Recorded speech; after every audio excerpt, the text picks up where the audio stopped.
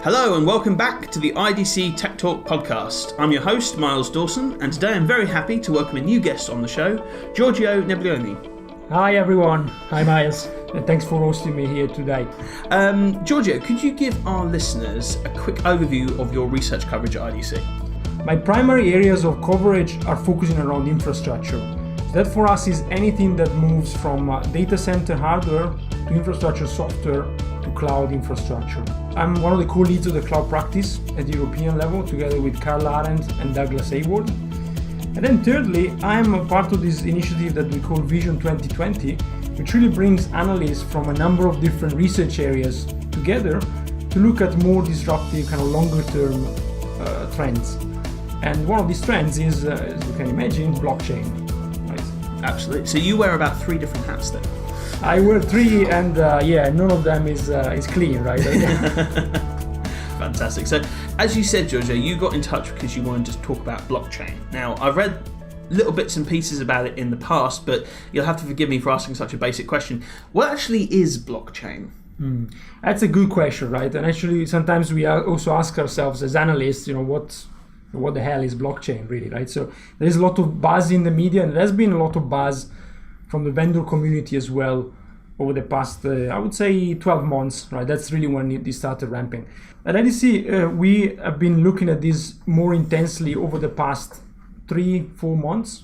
And what we found is that there are different things that can be associated with blockchain, but really the core concept for blockchain is that blockchain is really a software piece. It's an algorithm that automates things for you. So this is kind of the very high level description, right? And really what this algorithm does, it makes sure that consensus is distributed in an automated fashion across a network that appends blocks of information to the end of what you call the blockchain, and that really automates either transaction or verification of state.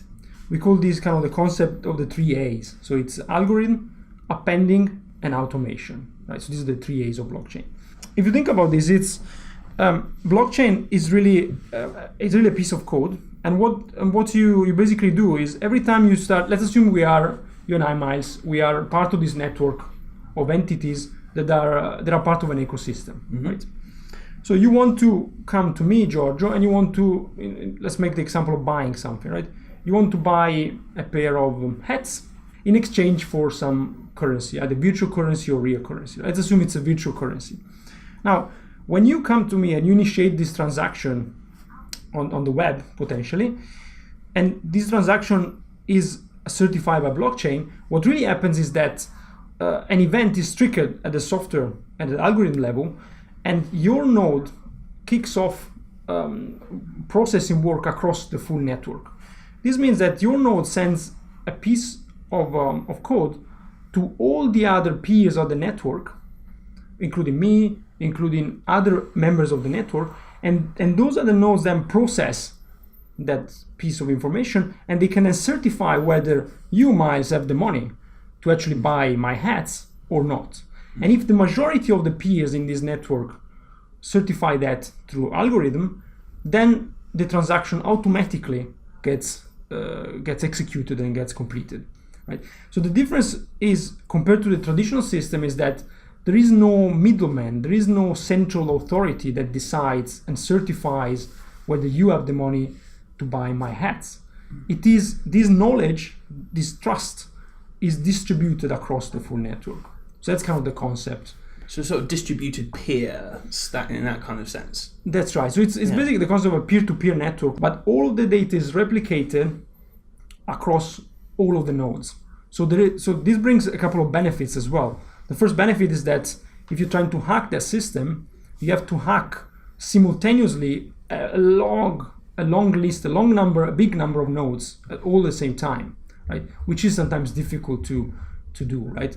And that's the first benefit. The second benefit is the automation piece that I was referring to initially. The fact that being this software, there's no person, there's no human being involved in certifying what's going on. It's just automatically processed. Absolutely. So, like on the ground level, then, if I'm a business owner, the key benefits I'm going to get from blockchain, you say that's the kind of it's the increased security, then, and it's also it's presumably speed as well. It's quicker. That's right. So there is speed, there is automation, there is security, but also the other benefit is that it enables new business models potentially to come to life. An example we've seen recently is in the utility sector. And something that our colleague Jean-François Segalotto from the Energy Insight team actually discovered. So just wanted to acknowledge that. And basically, this is a company called Aliander. They are a utility provider, so they provide electricity, broadly speaking, right?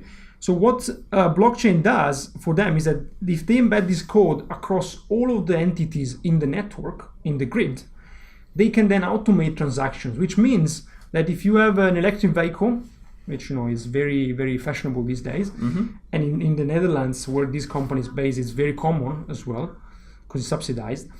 The electric vehicle connects to the grid, and then it sucks up energy from the grid. Now, at this moment, there is no proper mechanism to make someone pay for that electricity. It's very difficult to process. With blockchain, if you actually embed this code in the source of the electricity as well as in the car, and in the owner of the car, you can actually automatically bill the person for the electricity that person is using, right? I see. Right. So, because as you say, imagine if you're just plugging it directly into the grid, there's no way of easily tracking that. But you're saying this is a way of essentially monetizing some of the new digital sort of disruptive technology that's coming down the pipe. That's very, very exactly that. Presumably, then, if these are new disruptive technologies, there must be some pretty big challenges in adopting this. I mean, what would they be? Yeah, well, there are lots of challenges, and some of them are related to the fact that with every new technology, there is a growing pains, right? So as the technology gets mature and gets distributed, so that's the first set of challenges, and we can talk a little bit about them. Then there is another set of challenges that's specifically related to blockchain as a technology itself, right? So if we start with the first set around maturity primarily.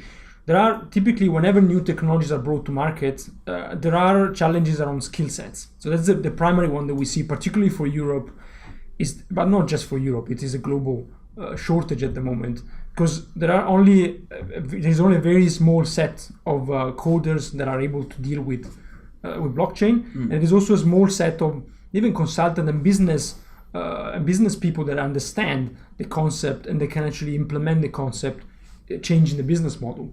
Right. So the first challenge will be to actually expand the skill set to make sure that gets distributed and things get kind of filtered through in a majority of the companies that can make use of it. So that's the first challenge. The second challenge is around the ecosystem, the supplier ecosystem. So we see now a lot of the major players, including companies like IBM, which is kind of at the forefront at the moment. Microsoft is moving. Oracle is also moving in the direction. Some of the cloud service providers are trying to make a move there, but really the ecosystem is just surging now, right? So we don't have an established ecosystem quite yet. The beauty of it is that there is tons of startups, even in Europe, that are kind of popping up in different vertical segments as well. So an example would be Guardtime, for example, looking at the security angle of blockchain usage, so for private ledgers, but there are more, right? There are way more of that.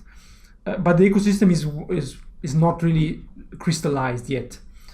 The final point on the ecosystem is that you have things around the alliances and the foundations. So a lot of these blockchain efforts are now driving towards platform, right? So we will expect kind of a war of platforms at some point in the future, where you already see things like Hyperledger, so that's kind of an open source approach driven by the Linux Foundation primarily.